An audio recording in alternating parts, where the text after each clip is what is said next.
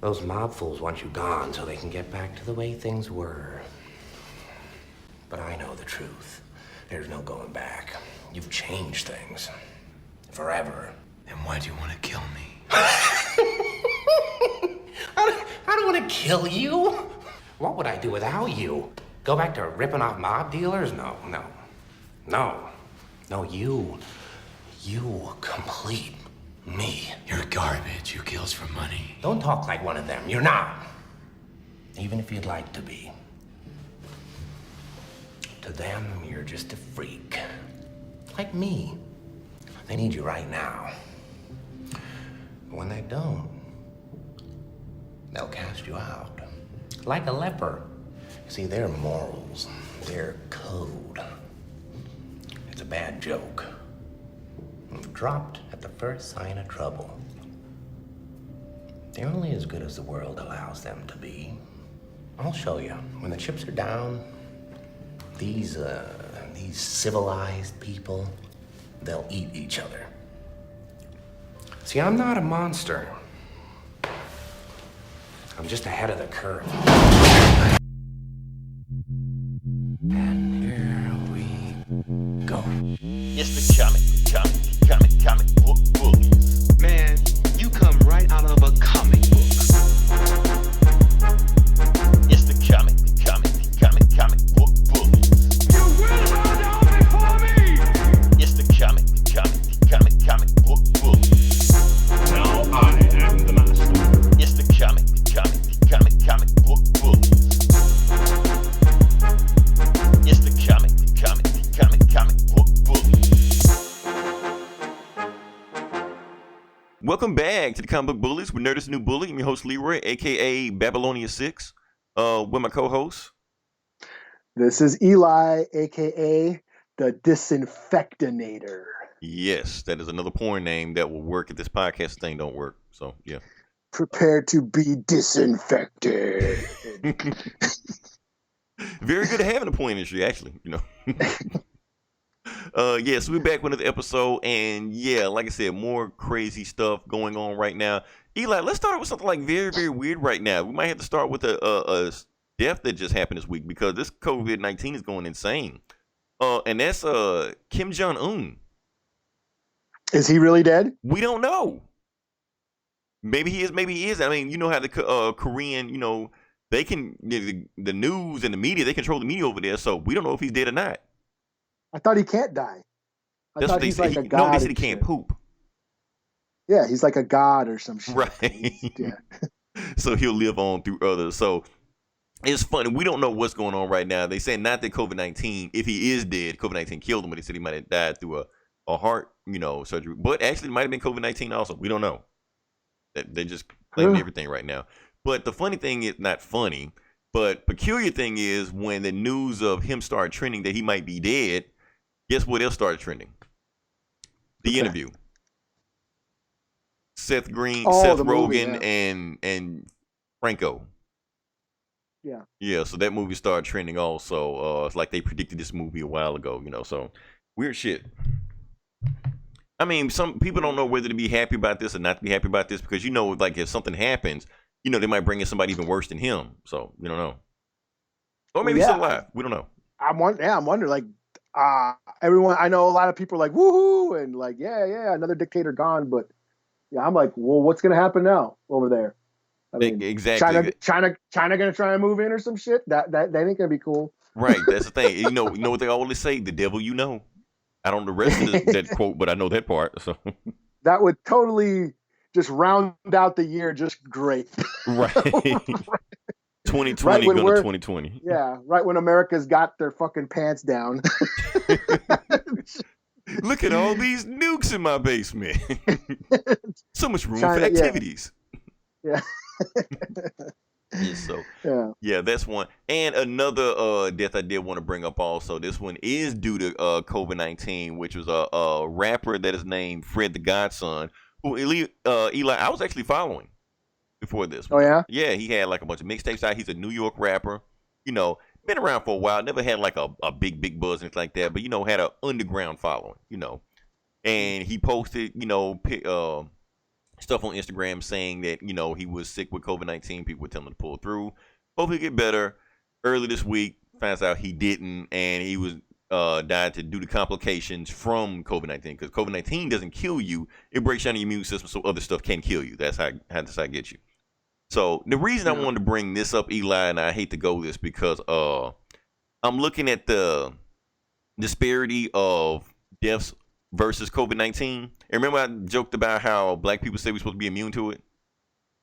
Yeah, turns out we're getting killed on it by it more than anybody else. So, and the funny thing is about it is because the reason I want to talk about this because, like I said, Gomer brought this up earlier when we didn't think it was as serious as it was when he said that it's only going to attack people, that have pre-existing conditions. Well, in the United States, that's mostly black people. Because the reason I want to say that because if you look at like one of the highest killers in the United States of what the highest cause of death in the United States is heart disease. By far, the leading cause of the highest victims of heart disease is black men at a certain age. And so it's going to attack us also. So yes, they're saying it only affects you if you have pre-existing conditions. A lot of black people have those same pre-existing conditions. They just don't get treated. It's the thing, and that's and it's also a lot of poor and disenfranchised neighborhoods. They don't have the best air quality. That's true. I mean, the houses are full of asbestos or dust, and people from the hood just have allergies, and they look at the restaurants. They're not as healthy. Also. Yeah, they're not just not healthy. They eat crappy, cheap food and don't take care of themselves. And I mean, there's no Ruth Chris down the street, in the hood, or Olive Garden or anything like that. A salad bar, you got McDonald's on every other street, churches, Popeyes, fast food that's likely to kill you, Yeah. And he's done Kool-Aid full of sugar. That's why the same thing happened in an Indian country. The Navajo Nation is getting hit really hard, and they're confined to that little area that they're in. So they're, Native communities are getting affected as well. And same thing with them. They're diabetes, obesity, all that shit that's rampant in the Native community. Right. And that's why it's hitting, the underclass so hard. And thing is with another thing with black people eating, with our eating habits, things like that, things like soul food. Soul food is not good. Soul food will kill you. Thing is, there is no vegetables, anything in soul food. Even if the vegetables you do have pork in them. So, and you know what the thing, and if this thing was actually handed down like a long time ago, it was handed down by slavery. It affects us from that point of view because, like I said, the slaves, and not even just slaves, just like we were just talking about the underclass. Like they had very poor, very limited resources on what they could eat and what they get their hands on. But they did have hands on, the pigs that were out there and the foods out there. So they would pretty much chop up the pig any single kind of way they could. Pig's feet, they got pig the nose. Scrap. Yeah, they got the scraps. Right, for survival. Yeah. That's all you can eat. Yeah. But no one in the big house was eating chitlins. Right. But that's the problem. That eventually, what was food that was survival got handed down to tradition. So yes, they were forced to eat chitlins. Now all of a sudden, chitlins is like some kind of hand down recipe. No, pig intestines is not supposed to be a recipe that your mom teaches you to pick. No, it's not supposed to happen like that. And those eating habits like that are catching up with us. I mean, it's been killing us for a long time, but this COVID-19 is just really exposing those facts also. So. Yeah. I mean, like I said, we understand that there's not a lot of, even now when you're in the underclass, you're limited on the resources you have to eat because, you got McDonald's every street. There's really no salad bars around here, but we got to make some changes. That's all I got to say. Because, like I said, Fred the Godson, great rapper, not in the best shape. You would not get him confused with LeBron James. Sorry. He's 30. He's only in his 30s. He was in his 30s, but he was on the heavier side. Yeah. This whole notion of it's only killing old people, that ain't true. That is not true at all. Yeah.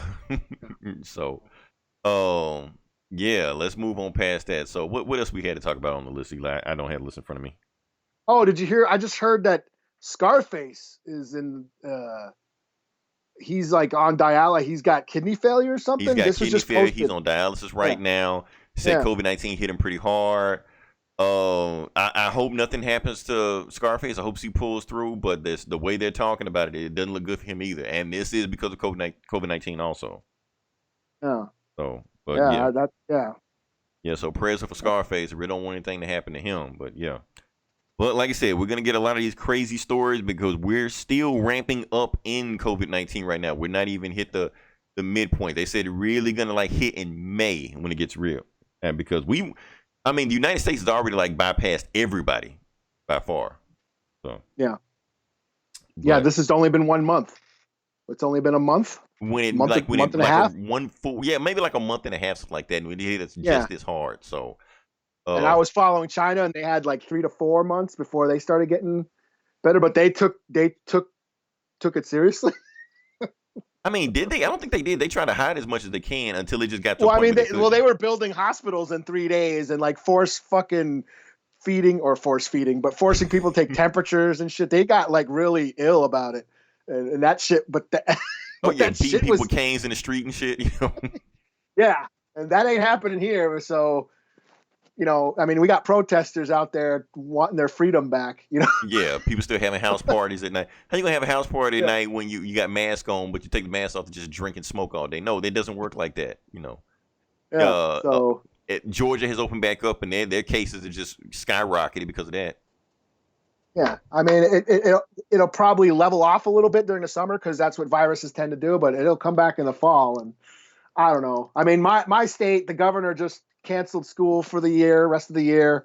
Mm-hmm. So, but he's going by like worst case scenarios. He wants to he's preparing for this state to turn into New York. So who knows? Hopefully it doesn't get that bad, but our state had, I don't know if I mentioned this, but the teachers went on strike like a couple weeks before the quarantine. So I think that's why our numbers were so low for a while, because kids were out of school for like 2 weeks, and then the quarantine happened, and so yeah, the kids have been out of school since like almost February.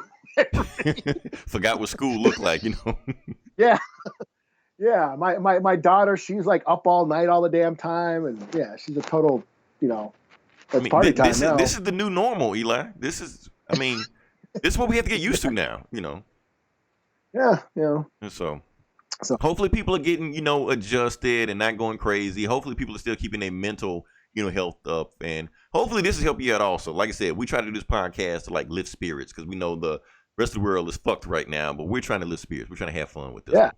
Yeah, I've been busy as fuck all week. I'm like, God damn, I got to read this. I got to watch that. I got to write this. I got to... You and your other 15 podcasts you record. Yeah, I was like, damn. And now Leroy wants me to read a comic I read 3 times already. Shit. Yeah, I want an easy week this week. Like, this book isn't fucking easy, man. I mean, I read it, but I read it once like 5 years ago, maybe more than that. So I completely forgot everything that happened, But like I said, we're gonna talk about that one. I'm gonna deep dive. We're gonna deep dive into that one. What else? Oh, public service announcement. I don't know if I should say it. Yeah, I'm going to say it. Trump supporters, don't drink bleach. We are smart, like everybody else is smart enough not to do that. But just because Trump said drink bleach, even maybe in a joking manner, people are like, well, maybe that'll kill corona. Yes, it will kill corona. It absolutely will. And you also.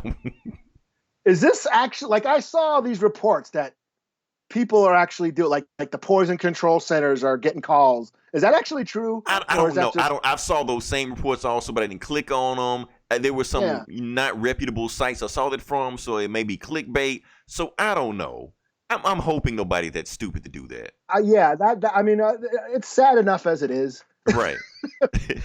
Well, you got Trump out here acting like Jim Jones, handing out everybody Kool-Aid cups. Like, no, don't do that. Don't fuck it, or do. I mean, if you're stupid enough to do that, right. Yeah, like that's on you. That's on you. Darwinism.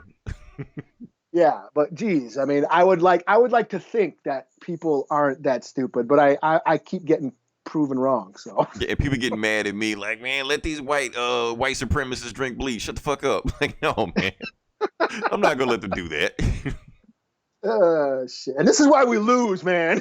Right. The fact that we have to say these things. No, Lysol actually came out with an official statement. That's what I'm hearing. No, yeah. That's what. Remember when we posted in the yeah. Yeah. You That's, po- that's I was what like, that's really? what I sent you. They actually put out an official statement. Do not drink our shit. Like it's bad that they have to do this. Yeah. And then I they put a remember when they link were- to COVID-19 facts, and I'm pretty sure the facts in there like don't drink Yeah. bleach or do the Tide Yeah, Pod challenge. Remember those one cleaners? They're like those like house cleaners, but they're all like different colors, and people were confusing them with juice. You know, Right. that was We don't just you had remember that idiots do shit? the Tide Pod challenge.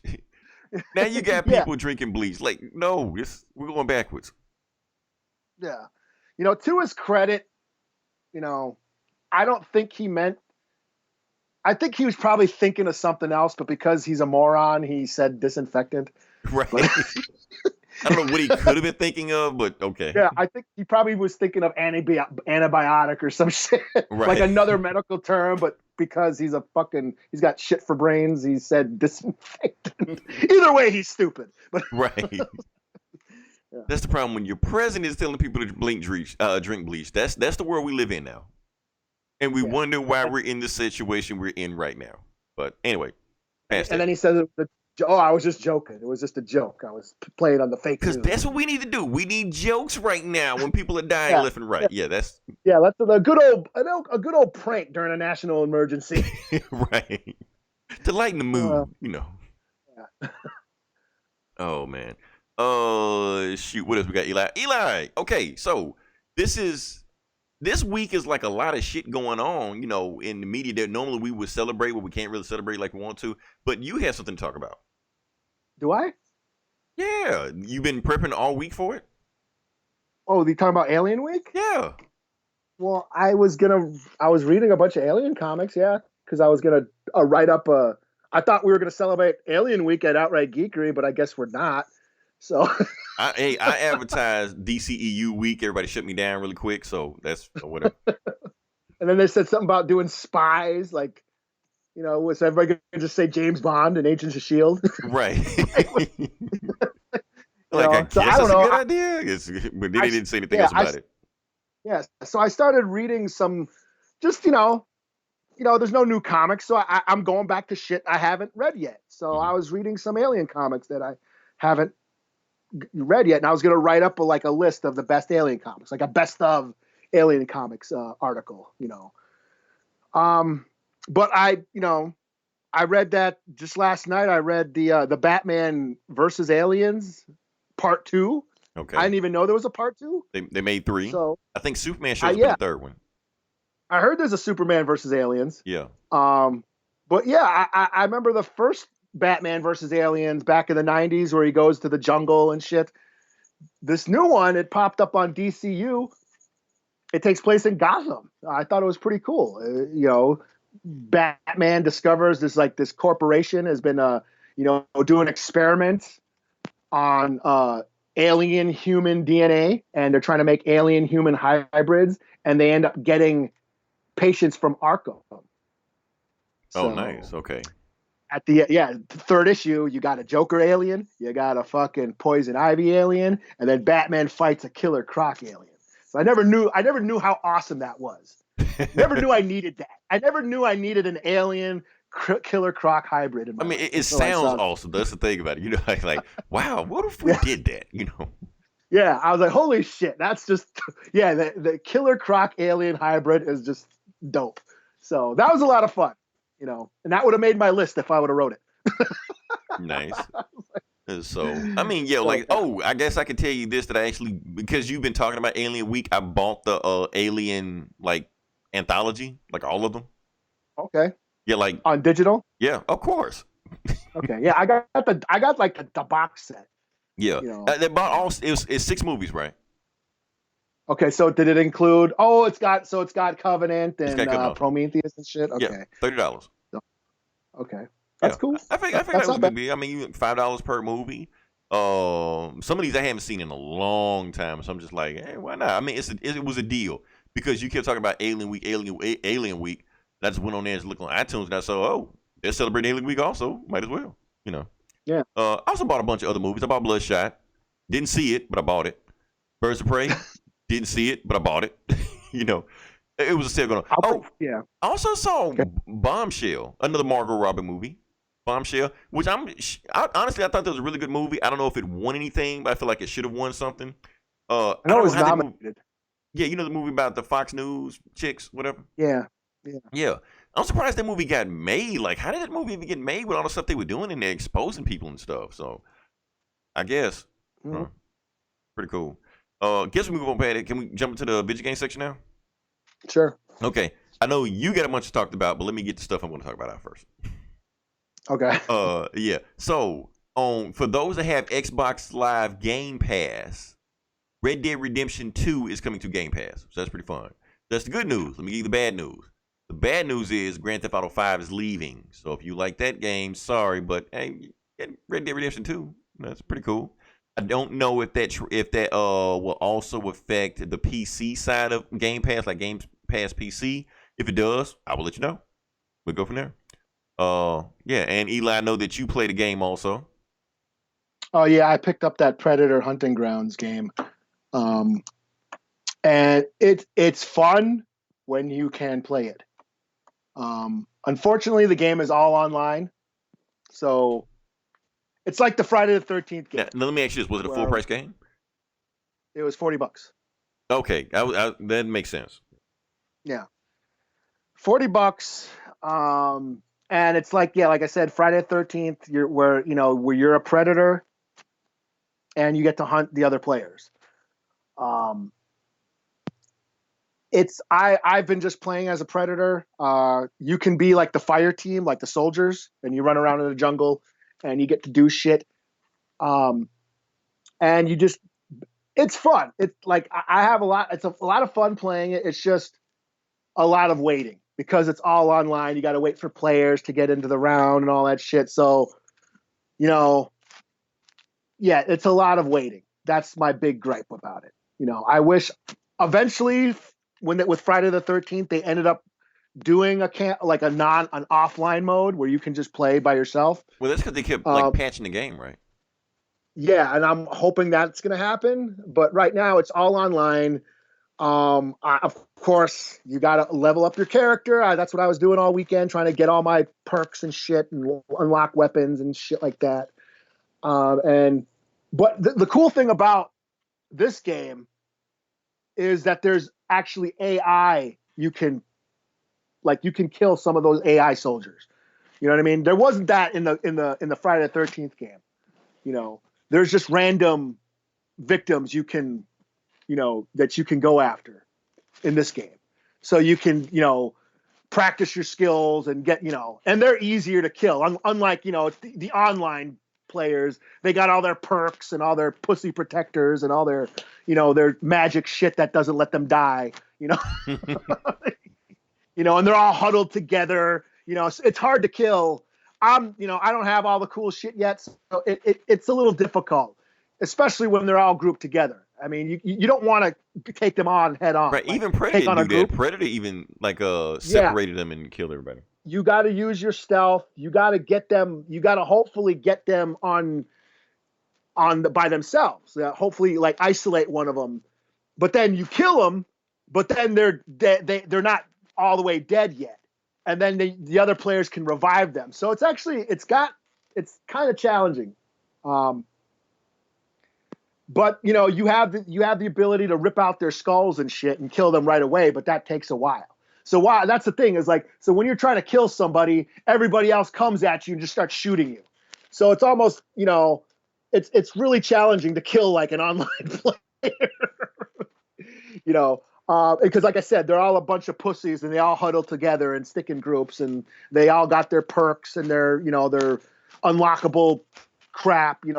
All the the shit that protects their pussies, because online players are a bunch of bitches, and so yeah, but it is really fun. It's fun. You run through the trees. You got the laser sight, the shoulder thing, and you got your claw. I unlocked a sword. I unlocked that net gun. So there's a bunch of more weapons I got to get. You can change your helmets and all that shit. And but that's if you're a predator. If you're the fire team, it's basically a cheap Call of Duty. You're a soldier. You're running through the jungle. You got guns. There is a mission you can do. Unlike Friday the 13th, you just kind of hid from Jason. But this one, there's an actual mission. You go to a base, you take out an enemy base, you find intel, you call the chopper, and then while that's happening, you defend against the predator. So there's shit to do other than just hide, So, but it is just like a janky. It's Call of Duty with shitty controls, is what it is. If you're a fire team, a cheap Call of Duty. Okay, sounds that's why like a glowing review. Yeah. But it's fun. It is fun when you get to play, because the match ends and then you're sitting in the waiting room for like 10 minutes for waiting for the next game to start and shit, So that's what I've been doing all weekend. So. Okay, awesome. Talk. Let me see. So we got. Okay, have you played the new Call of Duty, the free Call of Duty one? No. Okay, so there's a free Call of Duty called Warzone. If you want to play that, I've never played it. People are going crazy over it. Hearing it's fun, but I downloaded. It was like $10. I downloaded some of the Tekken 7 characters. I got like the Negan and Lei Wulong, who didn't come with the regular. The Lei regular Wulong game. didn't come with the regular game. No, that really pissed me off because he's Are my you guy. serious? I didn't even know that. Yeah. Okay. Because that's on the PS the net. What's it called? PSN. Yeah. So Tekken says so. I've had that, but then it didn't have all the characters. But they were offering like a deal for character pack DLC, and I got Negan from Walking Dead's on there, and Lei Wulong. I got Which him he should have now. been on there to begin with. All right, He should have been on there. Yeah. Now I don't that know you why he have wasn't that, on so are we gonna play for the Outright Geekery stream? there. If you want, We could. I guess we'll talk about it offline. We'll set something up. So yeah. Yeah. That being said, we move on to the next part of the podcast. Sure. Okay, this is it. Now we're gonna jump into it. All right. We filibustered and fucked around for long enough, and now we're gonna talk about the book of the week. Like I said, we've been doing classic stories. We've been doing for the longest, and we've been doing a bunch of X-Men books, but we're done with X-Men books. Not doing any more of those. Now, this week, not only is it Alien Week, it is also the anniversary of Joker. Joker was actually invented in 1940, so that's 80 years ago. And also Catwoman also, but no one gives a shit. So what they were supposed to do is that DC, if this whole COVID-19 didn't happen, they were going to release an 80th anniversary special, like they did with Batman, like they did with Superman. And we were planning, and I planned this like back in February. We were just going to do a whole Joker show just breaking down each story of that book. But can't do that because that got fucked over. So we decided to just do another Joker story to celebrate that. And we were like wrapping around our head. What Joker story can we do? Can we do Killing Joke? Nah, that's been done. Everybody and their mama has done Killing Joke. Can we do Dark Knight Returns? Nah, I can't do that one. So any of the older books, they kind of can't really do those because they've been done so much. So we decided to do, I guess, like a new classic. I would almost say this is probably like the most memorable Joker story of this millennium, comic-wise, or this generation, you want to put that. And this is a new 52 book called Death of the Family. Now, if you're wondering why you haven't heard this story, the reason you haven't heard of this story because it's new. It only came around, like 5 years ago? If that. Maybe like 7, maybe 8 at most. So it's a fairly 13. new story. Yeah, this isn't like a story from the 80s or the 70s or anything like that. This is 2013 or 14 or some shit like that. So we're just going to just jump into the story and actually talk about what is going on. So basically, the book starts off with a whole bunch of weird shit going on in Gotham. The river is running the wrong way. There was a lion born in a zoo, born with 2 heads. And they thought, okay, so obviously some weird shit is happening. So while Gordon is at the Gotham City PD, the lights completely get cut off because they got hit with an EMP, and it turns out it's the Joker. Now, why is the Joker there? Because the Joker hasn't been seen in Gotham for a whole year. Last time he was seen in Gotham for a year, he had his face cut off by a villain named the Dollmaker, and he just disappeared, and nobody has seen him since. Now, they kept the face in the lockup room in the Gotham City PD. So obviously Joker is there to get his face. But while he's there, since he cut off all the lights and the police can't see him, and he cut off the generator also, he's killing all the police officers one by one, just breaking the necks. Boom, boom, boom, breaking the necks. By the end, when he's finally done with it, he killed 19 police officers by himself. in the dark, Mhm. and he In got the his dark. face. Yeah, Without his face. without Or his he got his face. face. Yeah, and he left Jim Gordon alive on purpose. Jim Gordon was there the whole time. Left him alive on purpose. Was telling him all kind of fucked up shit like, Gordon, I missed you. You look healthy. And Barbara, where's Batman? Don't worry, he can find me. He has my calling card. And right before Joker slaps the gun out of Gordon's hand, Gordon, looks around and it turns out it's Batman, right there. Batman's cut the lights back on. There's no Joker. Joker's gone nowhere. They go to the locker room. They realize he got his face. So they realize that's why he was there the whole time to get his face. So they're like, oh shit. So he's back on the scene. We got to be prepared for whatever he's planning to do. Batman goes back to the Batcave. He has a conversation with Alfred. They're like, okay, we need to find out what Joker's gonna do. Dame is in the cave also. It's like the Joker, man. Who cares about the Joker? Joker's old news. We been there, done it. You beat this guy over and over again. Plus, he got his ass whipped by some weak ass villain called the Dollmaker. So, what threat could the Joker be? Like, don't underestimate the Joker. He is always a threat, no matter what you say. Soon as they say that, because it's the Joker, the TV gets interrupted with the program that the Joker wants everybody to see. And apparently, he has a victim that's kidnapped. Is this this diamond heir, like this rich kid that's from a diamond billionaire. And he's tied up and he's wearing the Joker's makeup because the Joker put the makeup on him. And even though he's tied up, the Joker has his hands through his through his coat. And he's basically like miming or mimicking, whatever you want to call it. He's just like, hey, I'm back, and I'm coming after the mayor. And if you want to stop me, you better come get me. And then he shoots the guy on live TV. So Batman realized who's that guy's son was, and for those that have read the very first Joker appearance back in 1940 or like that, this is the son of that guy he killed. So Batman's put it together like, okay, so Joker's reenacting the same kills that he did before. So obviously he's going after the mayor. Next, we need to protect the mayor. He goes to protect the mayor. Well, Gordon protects the mayor, puts all of his police officers there. He doesn't know where Batman is like hiding in the elevator, things like that. And when they have a conversation talking about something, have you seen the Joker? Is the Joker in here anywhere? Nope, can't find a Joker. But when they did that, all the police officers get killed again. Like, Joker's just killing police officers just left and right. The mayor is the only one alive. Gordon is the only one alive, and Batman's the only one alive. Everybody else is dead. They've been Jokerized and venomized, stuff like that, because I think he put poison on the floor. And that's what killed him. But they realized there was 3 components in there that didn't match up, and it was like what was it? Chlorine, amphetamine, and fluoride. I'm making up some shit, whatever it is. Anyway, it adds up to Ace. Batman puts this together. Oh, that's Ace Chemicals. Obviously, that's the next place it's going to be because that's where Joker has been the whole time. So when he goes to Ace Chemical, he sees the Red Hood, like the old style Red Hood back from the Killing Joke. He sees that Red Hood. He's like, oh, how I missed you, Batman. He's like, hold up. Batman's like, you're not Batman. You're not Joker. Where's the real Joker?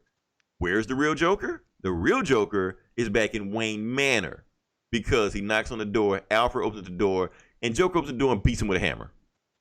And so once Batman figures out that wasn't the Red Hood, it was actually Harley Quinn pretending to be the Red Hood. And why is Harley Quinn here? Because reason Harley Quinn is here is like she hasn't seen Joker in a year also. So she's been getting it on with Deadshot. And Joker finally shows back up, and he's like, guess what? I will leave you alone if you help me do this one thing with Batman. But if you don't, I'm going to cut off Deadshot's dick. So you're going to help me out or not, Harley's basically just saying, like, look, Batman, I don't know what you remember from the Joker. He's way worse than what he was before. He's more violent. He's more vicious. He don't have a face. And Batman realizes also because Joker usually runs with a crew. He usually has a gang. He doesn't usually do this stuff by himself. So it's just him out here doing this crazy shit by himself. He's way more vicious. Like when he cut his face off, it's like any inhibitions he had, all that shit is gone. Like he's just way more violent, more vicious than he's ever been before. So he goes back to Wayne Manor, looking for Alfred. Alfred's not there. When he goes to Alfred's room, all he sees is a cassette tape. He plays the cassette tape, and all you can hear is Alfred just being tortured. Alfred saying, I can't, where are you, Joker? I can't see you. Oh, you can't see me. I didn't cut the lights off. I just pour ammonia in your eyes and you're blind now. And you can just hear him, beating him with a hammer in the background, shit like that. And Batman's like, oh shit, what the fuck are you doing with Alfred? So he realized who his next target is. His next target is Gordon. So Gordon is just paranoid. He's not asleep. He's up right now. Batman sneaks through the window. He points a gun at Batman. He's like, oh shit, Batman. Next time don't sneak up on me like that, would have shot you. Batman's telling him, look, you're his next target. Like, how do you know he's his next target? Because I got this cassette tape right here with your name on it from him. And there's no such thing as a Gordon cassette tape company. So obviously he's coming for you. And Gordon's like, Batman, I'm not going nowhere. I got to stay right where I am, because if I leave, the Gotham City Police Department is going to get scared. They need me to be their, their rock, And Batman's like, no, you're coming with me, and pulls a gun on him. You're like, Batman, what the hell are you doing? Look, I didn't come here to argue with you, Jim. You're coming with me right now to a safe house because he's looking for you. I'm like, Batman, you're not pulling me out of the fight. I'm not going anywhere. That bastard get nailed to the wall. I'm going to be there right there with him. And then while he's saying all this crazy shit, that's when he starts like bleeding just out of nowhere. Like his thumb start bleeding, fingers start bleeding, nose, everything start bleeding, because Joker, like he had an old picture of himself and Barbara, which he's infected. So Joker has been in Gordon's house that he don't know about it. His blood has been infected because he's been poisoned. Batman was able to get him to a hospital real quick. But while he was there, he called Nightwing over there also. So Nightwing is there with Batman. And basically Nightwing, and he's telling Nightwing, while you're here, I just want to tell you something that I want you to tell anybody else. He kidnapped Alfred. Like, who kidnapped Alfred? Joker. Joker has Alfred. How the hell does Joker have Alfred? Reason Joker has Alfred is because Alfred works for Bruce Wayne, and Bruce Wayne funds Batman Incorporated. So obviously Joker, like, Nightwing, like, cut the shit. Does he know who we are? Like, no, he doesn't know who we are. You sure? Like, I'm about positive he doesn't know who we are. The reason I called him you, because I need you to do me a favor. I need you to go to the reservoir aqueduct, because he's reenacting his old crimes he did before. You go to the aqueducts, stop it. I'm going to go to the reservoir. How you know it's going to be at the reservoir? Because that's where I first met him. I noticed where he's going to be. So he goes to the reservoir, and Joker's right there. That's when he says, hello, darling. Now, this is a very important line, because that's what Scott Snyder's doing in this book. He's actually like, everything in this book is like a homage to other Joker, appearances before. Like I said, we talked about Batman 40. This is a nod to The Dark Knight Returns. You know how you kept calling him darling all the time and shit like that. Eli, let me ask you a question. Did you read the trade of this, or did you read like the individual issues? I read the trade, but I was also reading like Detective at the time. So I did see the doll maker. I did see all that shit with the doll maker and the shit with the Penguin. But I didn't read like the Batgirl or any of the other like Nightwing or any of that other shit. Okay, none of that it matters. I read all this shit. None of it matters. Reason I'm actually saying this is because the trade of the Death of the Family and the actual individual issues, the trade was censored. Oh, really? Yeah, here's the thing. So the dialogue that Joker gives Batman on the bridge is actually a lot more, how do I say it, flirtatious, homoerotic, if you want to say it. Yeah. Okay. Yeah, in the individual issues. He was saying stuff like don't take your love away from me, or yeah, it's just me and you, baby, or some shit like that. Saying some shit. I do remember like stuff like that. Like, yeah. But in the trade, they took that out. Like they toned all this stuff down. So they having a back and forth conversation, like Joker's like really being flirtatious with them. Basically, he's really driving the point home that the whole reason Joker's doing this fucked up shit because he's in love with Batman. You get that from the individual issues, you don't get it from the trade. Anyway, Batman. But I mean, I got that. But I mean, are they alluding like that it was like a sexual attraction? Yes, they are. Okay, because I never got that. Yeah, like I said, in that book, it's there. I mean, like I said, he's flirtatious with it and playing around with it, but it's weird that it's there in the individual issues. But if you read like the collective trade, none of that shit is in there. Like not even the flirtatious, jokey part of it. So, and there's some other shit later on that you can tell that even Batman kind of picks up on. Like, okay, maybe this shit is sexual. Which one was that? Was that like 14 or 15? Whatever part, basically part 3 and part 2 and part 3. So I guess that's 15 to 16. Okay, because I'm opening up. Like I said, if you got the trade, you won't see it. But if you read on the DCU app, you'll see it. Okay, no, this isn't. Because I read both, and there were like two different dialogues there. But anyway, let's keep going with the story. Batman is like, okay, Joker, why are you here? He like, look, Batman, we've already done this dance before. I've done this act before where I get ready to poison the Gotham River. You come here and stop me, beat the shit out of me with a batarang. I get maybe a few people, but you stop me overall. So I just skipped to the end. I already kidnapped those people right there. I already killed them, and I already blew up the aqueduct. Your boy Nightwing, he just caught in blast. Like it already happened. Like, wait, what? Yeah. So now we can just have a conversation and talk. Batman gets pissed off, rushes at him. He runs into Joker's trap, who pins him down on the bridge. He can't move, anything like that. And then right before he can do anything, that's when I'm skipping. Now that Batman is tied up and can't move, Joker's sitting there telling him, see, Batman, all this shit right here, you're weaker than what you were before. See, before you would have caught me. You're getting weaker. And the reason you're getting weaker right now is because of your family. All the people that hang around you, all those Robins, all those Batgirls, Alfred, everybody else that's slowing you down and making the game not as fun as it was for me when it used to be when we were younger. Now you gotta leave now. So my plan, what I'm gonna do right now, I'm gonna get rid of all these guys. If I get rid of them, we can go back to the way we used to be. You know.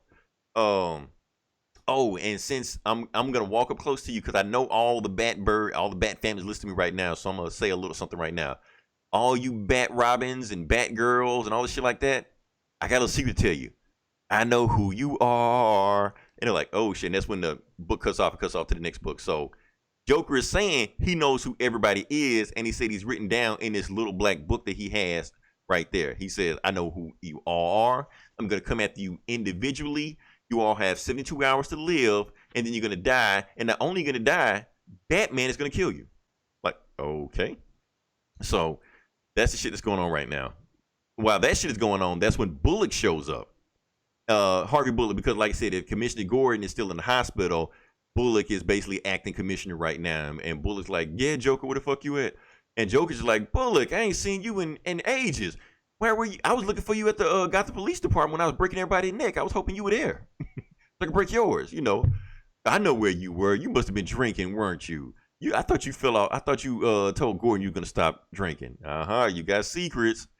And then, you know, Bullock's like, hey, shoot this motherfucker. Just get him done with. Before he can do that, that's when Joker actually, like, hits a cell phone, and he signals the guys in the trees behind the Bullock and his men, and they start firing bazookas and rocket launchers and shit like that. While all this crazy shit is going on, Batman slips out of his gauntlets, you know, to break out of the rope. He slips through the ropes and then just charges at Joker and just start beating the shit out of him. Like, where's Pennyworth? Tell me where's right now. Otherwise, I'm going to beat the shit out of you. Even worse than what I'm going to do right now. But when he starts punching Joker, since his hand is exposed, you know, from breaking out of his gauntlets, he gets paralyzed because Joker's face paralyzed, and he was expecting to get in contact with Batman's naked hand. So he's just frozen, and he kicks Batman over the ledge. Boom, that's it. But of course, Batman wakes up because he's rescued by the Bat family. So he wakes up by Damian wakes him up, and Damian tells him, Father, we have company. And he wakes up, and it's the Bat family looking at him, and they're fucking pissed. Nightwing, Batgirl, Red Hood, Red Robin, all those guys like that, they're looking pissed. They were like, okay, what the fuck, Bruce? What the hell is going on right here? How does he know who the fuck we are?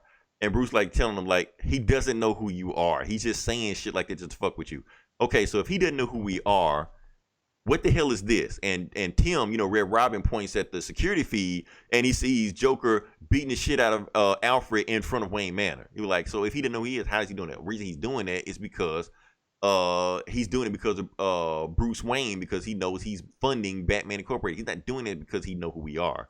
He doesn't know who we are. He was like, are you sure? He's like, okay, I'm going to tell you one thing that might have happened. But I'm telling you, he doesn't know who you are. So I was fighting Joker like years ago, like one of my first fights I had with him. He was on a bridge. He was trying to poison Gotham River, shit like that. I punched him off a blimp, and he fell in the bay. When he did that, I drove back in the Bat boat, you know, through the catacombs and the caves, shit like that, to the Bat cave. And I went to sleep, or at least try to go to sleep, but I couldn't because I was in a fight with Joker, and he still had me amped up. But a few hours later, I came back down to the Bat cave, and in the water, I saw a card. And that same card, it's the same card that you see in the Bat cave in every iteration of Batman in the Batcave, like the huge Joker card, it's there. He said, that's the card I found in the water. So, but there's no way he could have been in the Batcave. It's impossible because I was 5 miles underwater going 50 miles an hour. Even if he would have grabbed onto the Batboat would have picked up the weight. So that wouldn't have happened. And if he did hang on to the Batboat that long and I didn't notice it and he got there, he would have tripped an alarm or tripped a sensor or something. There's no way he could have gotten to the Batboat, to the Batcave. They're like, so how did the car get there? He probably put an adhesive to the car or something like that. That's all that happened. But I checked out the car. There's nothing wrong with it. And that's it. And they were like, and everybody's looking at Bruce. You're full of, like, Bruce, why didn't you tell us this earlier that he might know who we are? That way we could be prepared. He's probably coming after all of our family right now. You're like, you don't have to worry about anything. Joker is just playing mind games with all of us right now. He's mind fucking us. This argument we're having right now, that's all of his plan right now. That's what he wants us to do. So this is what I want everybody to do. I want you all to stay away from this case because he's going to come after you. Stay away. Let me handle Joker.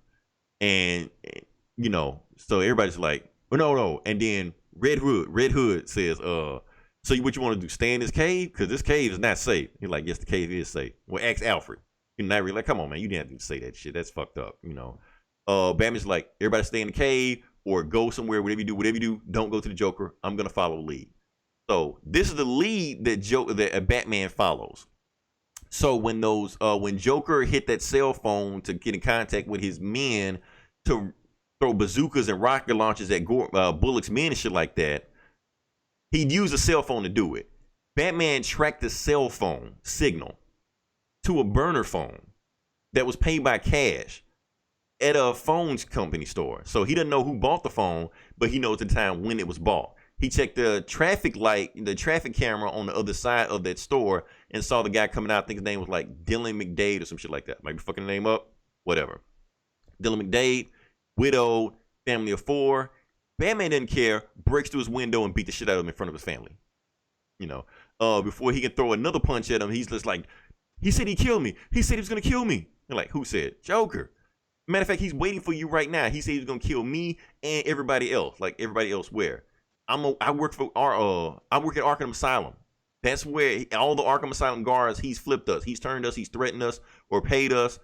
We're all working for him and we're doing a special project just for you. Like, okay, so obviously he knows it's in the trap. Now, here's the thing, Eli. This next part reminds me of, because he's going to Arkham Asylum, it kind of reminds me of Arkham Asylum video game.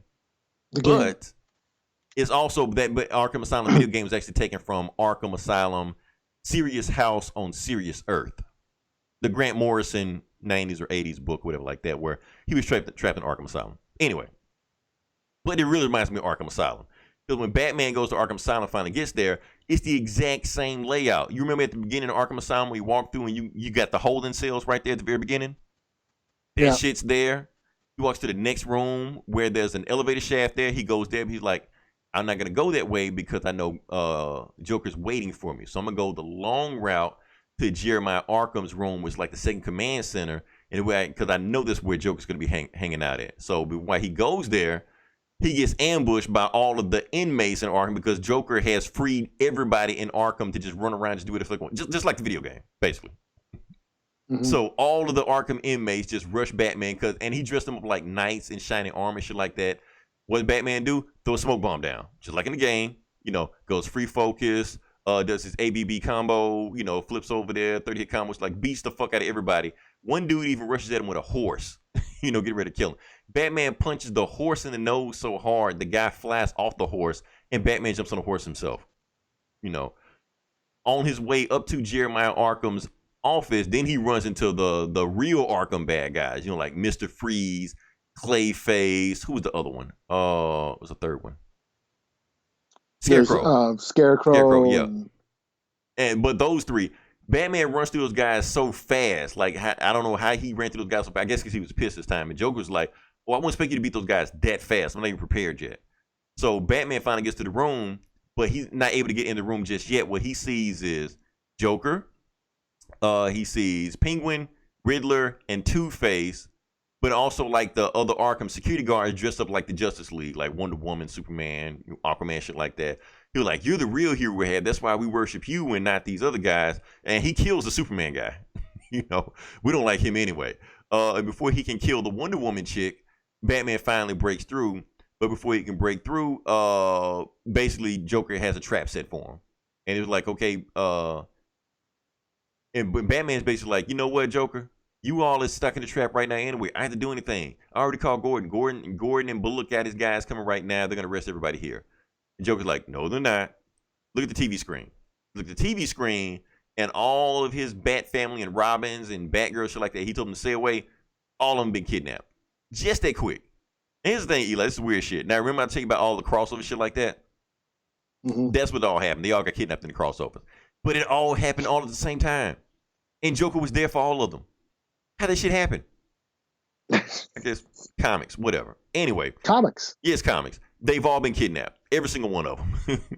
And they show each security feed of Joker beating the shit out of all of them. So Joker's just like, okay, Batman, you're going to get in this chair. And you're going to, I'm going to strap you to this chair and you're going to get electrocuted. Because if you don't, they all die. Batman gets in the chair, gets electrocuted, doesn't kill him, just knocks him out. When he wakes up, he's at the dinner table with all the Bat family. But all the Bat family have all their face wrapped up in bandages. And it looks like blood is on them. It's all reddish and shit like that. And Joker's like, I got a surprise for y'all. He calls out Alfred. Alfred's all Jokerized and shit like that, bringing out this silver platter. The silver platter, which each is sitting in front of them. And it's their faces, on ice in the silver platter. And Joker's just like, yeah, this is the thing. Batman and I had this understanding. He doesn't really like any of y'all. I'm really his favorite. And Batman's like, Joker, you're full of shit. And Joker's just like, I'm gonna bring a good point. If you don't think I'm full of shit, you don't think that you just have as much fun fighting me, Batman, as I do, why don't you tell them I want to ask you three things. Why haven't you figured out who I am? You're like, I try to figure out who you am. I don't have any DNA on you. There's nothing on you. You're like, bullshit. You're the world's greatest detective, right? If you really wanted to find out who I am, you would have found out who I was by now. You don't want to find out who I am. Because if you do, the game ends. Also, why haven't you killed me? You're like, because if I kill you, then there'll be another killer. Because you can't kill one kid. That same bullshit Batman's always saying shit like that. Yeah. Joker's like, bullshit. The reason you haven't killed me is because you like to keep the game going also. That if you kill one killer, that's just some shit you just tell yourself. You want to keep this game going as long as I can. And matter of fact, and third thing, why didn't you tell them about the card? You knew that card was back there years ago. Why you just not told them about it 2 days ago? You know why? Because you didn't want them to know. Because secretly you wanted me to kill each one of them. You wanted me to kill him. You want me to kill him, her, that little fucker right there. And you want me to kill him again with a crowbar. That's what you really want. That's why you didn't say anything. Yeah. So Batman's just like, nah, you bullshitting. And he's like, don't get up. Because if you get up, you're going to set a dead man trick that's going to set everybody on the table on fire if you come after me. So Batman gets up anyway. Batman stands up, but he's got a trick up his sleeve. He got a bomb he pulls out of his batarang, throws it to the roof because they're right under like the Gotham, river or some shit like that. And the river pours down, and when they get, start getting on fire, it takes out the fire. So while they're doing that shit, Joker runs off. Batman is just like, I gotta free you guys. And now we're like, don't go after him. We got this. We'll take care of ourselves. So Batman runs after Joker. They get into a fight. And of course, Batman beats shit out of Joker. And Batman's just like, look, I'm tired, man. I'm tired of this shit. I know you think we're doing this cat and mouse game the whole time, but we really haven't, Joker. Because guess what? You don't know who any of us are. And I know for a fact you don't know because you don't want to know who we are. When we had that fight and you got on the bat boat, you left the bat boat because you didn't want to know who I was. Because if you find out who I am, the game's over. But guess what, Joker? I know who you are. He's like, no, you don't. Yes, I am. And I'm going to tell you right now. And right before he can tell Joker's like hanging on the edge of this cavern. He's like, nah, fuck it. I'm out. He jumps off the cavern himself into the Gotham River. His face flies away and shit like that. And, and he's gone, apparently. Supposedly dead. But that little black book he left there. Batman picks up the little black book to see what all the Joker was writing in the book, and it turns out the book is empty. There's nothing in the book to begin with. So he goes back to the Bat family. Everybody is, still reeling. Okay, the faces weren't cut off. I don't even know why Joker even did that shit to begin with. Yeah, and you skipped the part where the two-headed lion had the Joker toxin. It blew up. Oh yeah, because the two-headed lion that was born, Joker took that two-headed lion. It blew up and it Jokerized everybody, but somehow they fought it off or something. Yeah, he put a bomb inside the lion head, which I thought was the second light hit. Yeah, which I always thought was so fucking twisted, and then exploded, and it had the Joker. So he blew up the lion to poison everybody. Right. And so they're all Jokerized, and they're all beating the shit out of each other right now. Because they all think they're Joker and shit. Yeah. And Joker just like, you either gotta come after me, or you gotta go save your family. And Batman's just like, you know what? My family can fend for themselves. They're gonna be all right. And he was right. They all fended for themselves. They all eventually shook out of that shit. So they come back to the Wayne Manor. Alfred is in bed. Bruce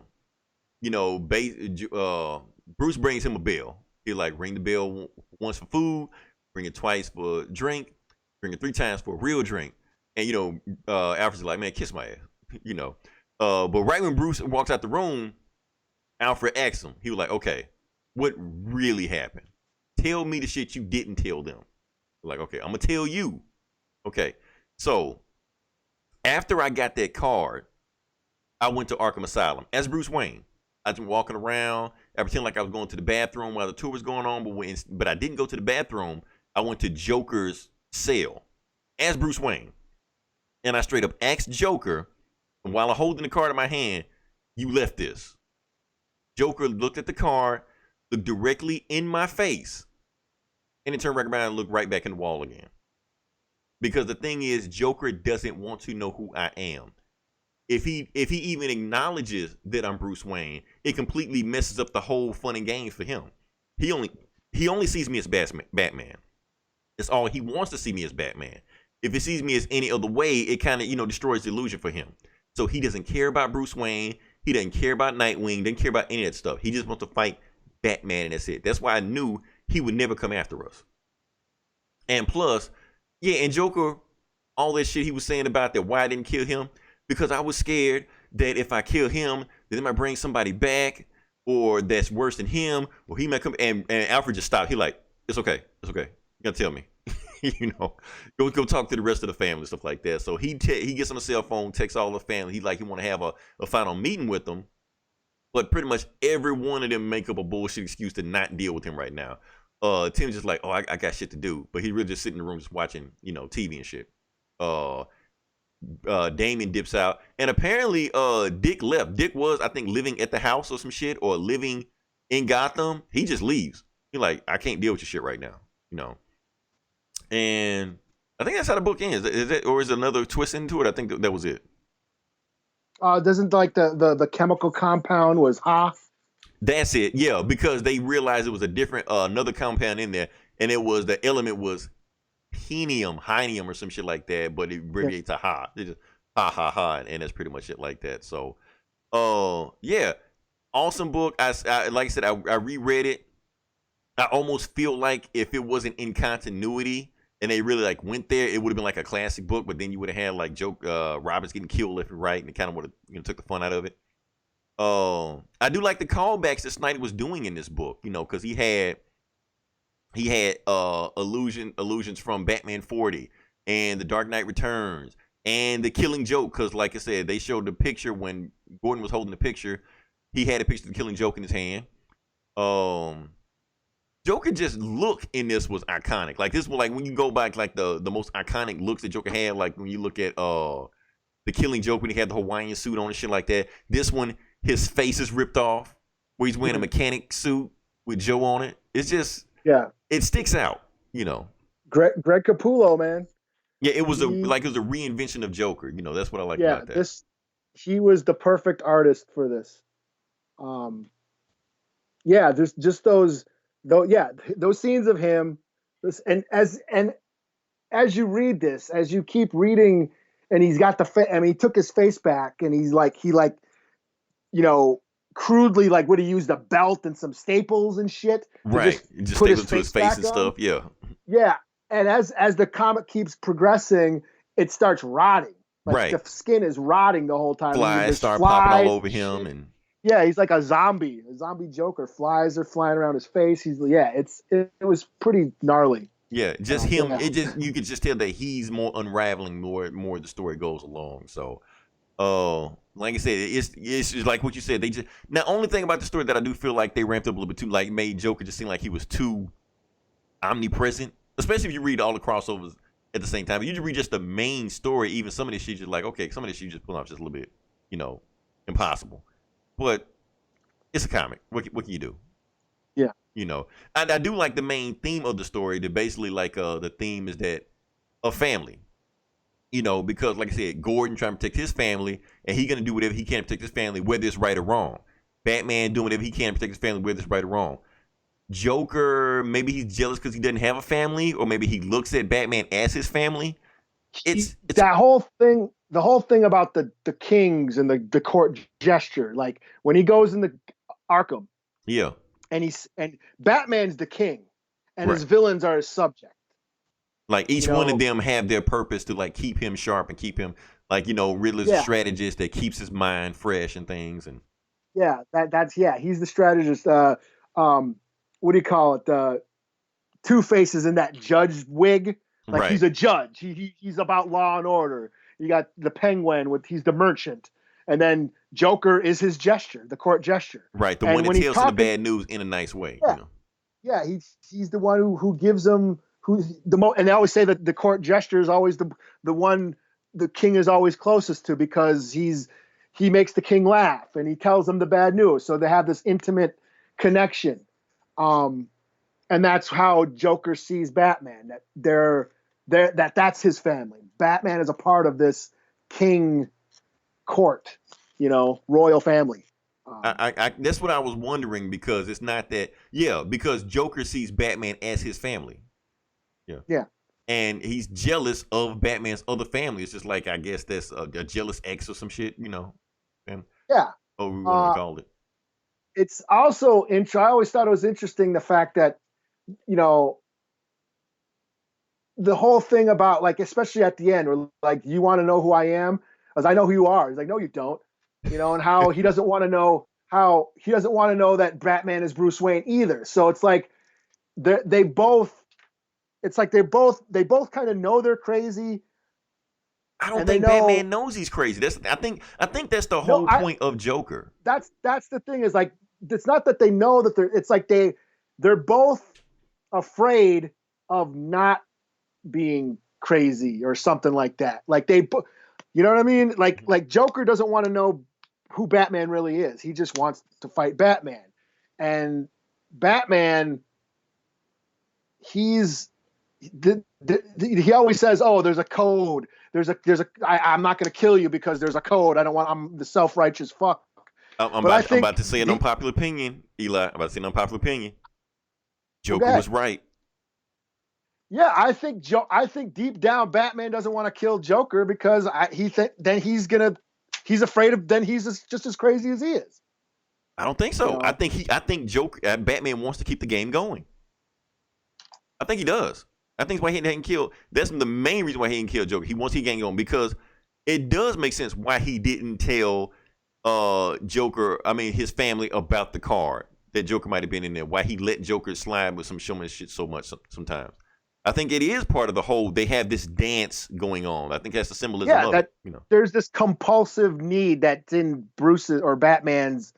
Even another situation. Okay, like the first time when he said he was on the blimp. When he said he was on the blimp and he was fighting Joker, and he said when he couldn't find the Joker, he said that night he couldn't sleep. He could do nothing but think about the Joker at the time. He said that's never happened to him before, where he fought a criminal and he could never just think about anything else but that criminal. He said the first time it's ever happened to him. So, yes, there is an obsession both ways with them. Yeah. So I think, there's this equal amount of insanity going on between them both. Mm-hmm. I do think that there's like a reflection.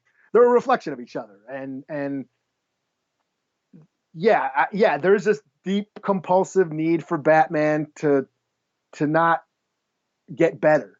You know what I mean? Right. For happiness or whatever. You know what I mean? He has issues. We see that.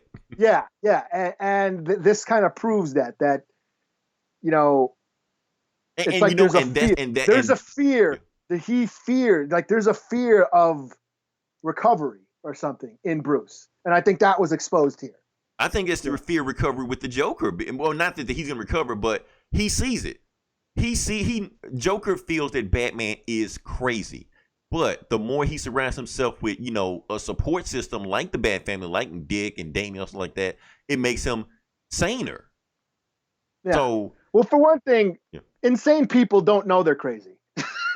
That's true. So that's what I'm saying. Is like I think there's a comfort.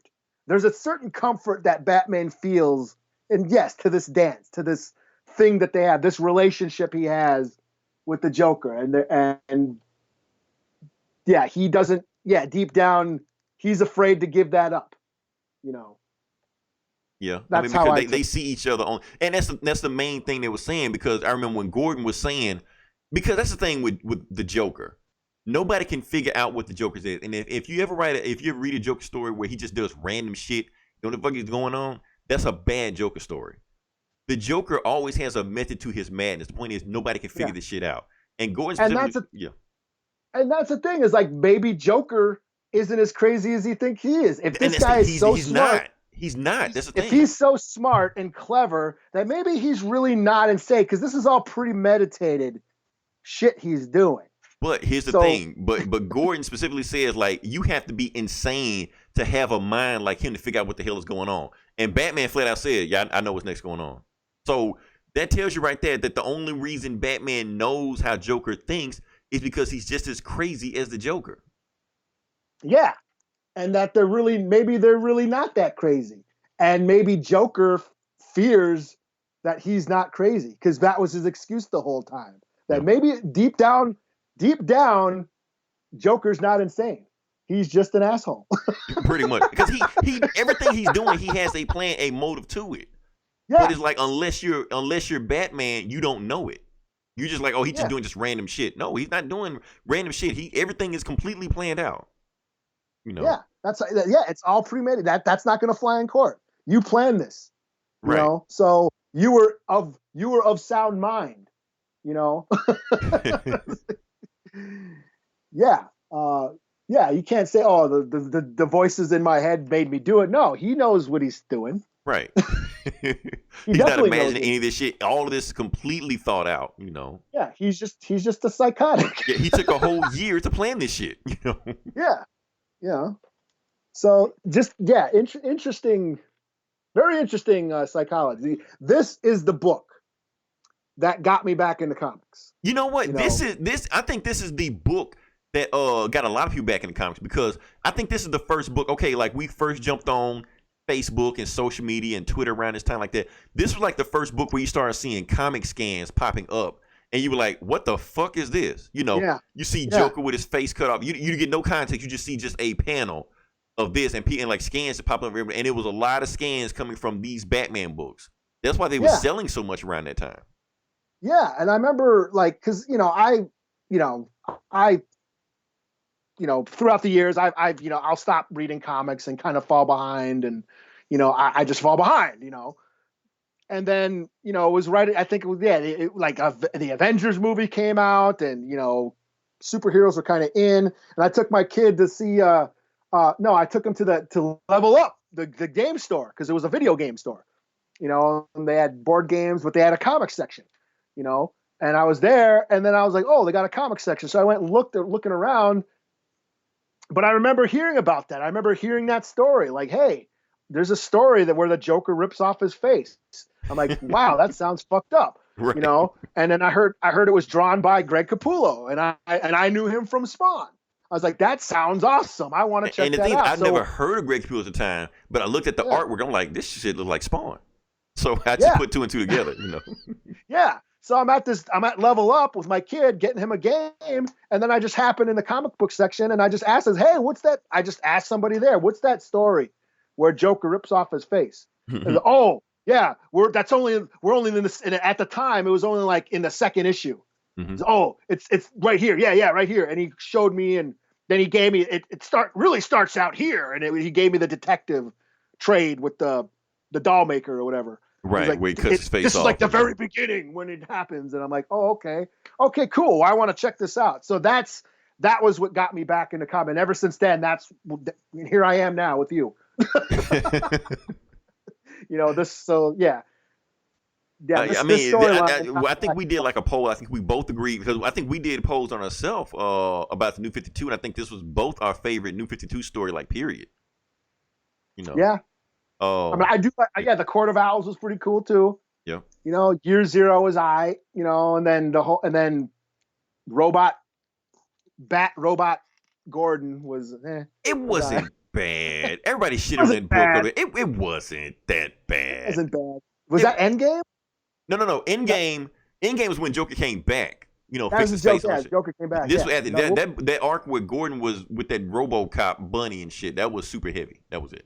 Matter of fact, let's talk about Steve Capullo, Scott Snyder's, and Greg Capullo's whole run. This entire run was awesome. Like, we're talking about Death of the Family. Honestly, you need to read the entire run from beginning to end. Court of Owls all the way to Super Heavy. Because honestly, I feel like that run, that 52 issue run, is one of the best continued runs by like two creators of all time. I'm putting it up with anybody. I'm putting it up there with Stan and Jack.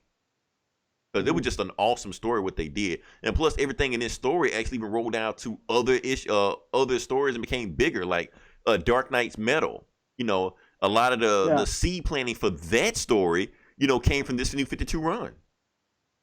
Wasn't Last Night on Earth supposed to be one of their last stories before Rebirth happened and shit right, like because that? there's a lot of shit that happened because they basically Batman built a machine that repairs his memory, some shit like that. That machine shows up in Last Night on Earth, so all of this shit is connected, but it all starts here, Yeah. So that was so awesome about this. So so if we want our recommendation, don't just pick up Death of the Family. Pick up this entire New 52 run. I guarantee you will not be disappointed. If you are, Eli will give you your money back. Yeah, if you can find me, I will. Even if they do find you, good luck with that. Oh man. Yeah, because it is. Like I said, this is what got me back into comic. This was like the first book that I started regularly collecting every month. This and Detective, and then I started. What else was good? And then I started reading the new Marvel shit, and I think what was going on right then with the what's that story with the Watcher died. What was it called? Original Sin or something? Original Sin, yeah. I think that was going on at the time, and so yeah, that was like me getting back into comics and shit. And it was shit that you saw. You was like, that look interesting. I want to see what happens with that. That's how it should be. Yeah. It should be some shit like, I want to see what happens go with it. It shouldn't be some fucked up shit like you just knee-jerk reaction. Like, it shouldn't say, no, I don't want to see what the fuck happens with that story. It shouldn't be that, Yeah. Because I've every now and then I'd pick up a book. I remember when Frank Miller did All-Star. Was it All-Star Batman with I'm the goddamn Batman and shit? Yeah, I remember when that. Him and Jim Lee. That was him and Jim Lee, right? I was like, I got to check that out. I remember when Jim Lee did Hush. I was like, well, I got to check that out. Right. So I would always sort of come back and just kind of check out books from time to time, but I wasn't like regularly following anything. Right. It's just some shit like it's just some shit that just starts trending on social media. Like this book was trending. Like if it's in a good way. Like I want to know what the fuck happens. And then Hush and All Star. Those were just self-contained stories. This wasn't a continuous run like Capullo and Snyder. Right. So, like I said, when I heard about the story and I heard that Greg Capullo, I was like, no shit, that sounds awesome. I'd like to check that out. And then, I kept with it, So. And just Capullo's artwork, he by far better than Jim Lee. That's the crazy shit about that. Like Jim Lee was on Justice League, and I was like, no, I want to see what Capullo can do. Well, Jim Lee's good at everything. He's just good. Yeah. But Greg Capullo has a certain style that just marries so well with the Batman universe. You know, like I said, when I heard that, I was like, Capullo on Batman, that's like perfect. Right. You know, I mean, because Todd McFarlane could draw the shit out of Batman when he did do it. yeah. I mean, he's good. He's just got so much mood, like those dark shadows, and you know, that's it was basically Batman in the Spawn universe. Basically, and it fits. You know. Yeah. You know, those like I'm looking at it now where the beginning with Gordon going through the police station. It's just the flashlight and the shadows. It's a horror movie. I mean, it's a horror scene. It is. It's like, and it's awesome, you know. Like, because, you know, Gordon has a flashlight. He's putting the flashlight on him. Can't find Joker, you know. Yeah. That panel with where Joker reveals the faces of you know, the Bat family. Yeah. When they're at the table. It's like a heart, you know, and they're right. That panel is so sick. You know. He's got the lion head. He's got the lion in his hand. I don't know what about that fucking lion. Like, because he was just petting the lion the whole time, you know, like all throughout the story, you know. Yeah, and then he blows it up. You know, and I can't say I'm an animal lover, you know, but I thought that was pretty. I thought that was pretty cruel. I mean, yeah, it was a two-headed lion. I mean, I don't know how bad you could feel about that, but you know.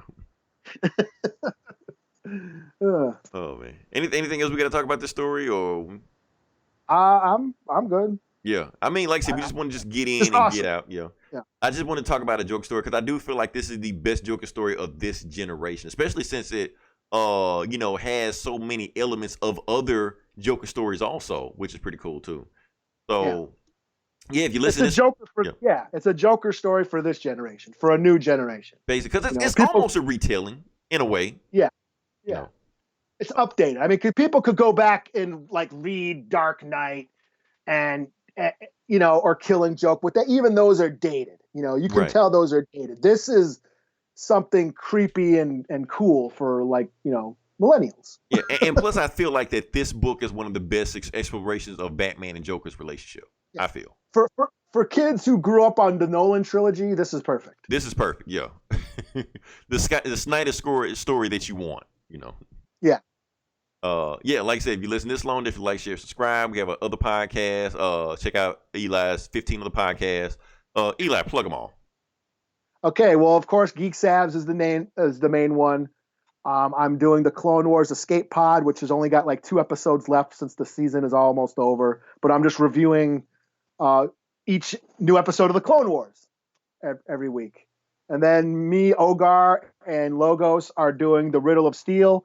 And that's just all on Conan the Barbarian, and then I've been dropping in on Gomer's Super Happy Fun Time show or whatever. I was on it too. Like, you was on one day, and I was on the next day. Yeah. Yeah, I watched that one. Yeah, I saw it. Yeah. So pretty fun. Yeah. What else we have? We also have Comic Cast. They recorded tonight. I think they just did a freestyle episode. I have no idea what they talked about. I'll check it out later on, see what they did. This Geeks and Comics, I doubt they are doing anything. So we're just not going to talk about them. We're just going to ignore them.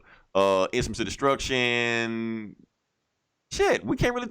I guess we're the only ones doing anything because everybody else can't do anything because all the other comics are pretty much done right now. Yeah, Valiant. Get Valiant can't talk about shit. There's nothing out. But I guess they'll do something. They'll find something to talk about. I don't know. Check them out if they're doing something. I don't know. Reread old issues that are 5 years old. Oh no, go back to the 90s.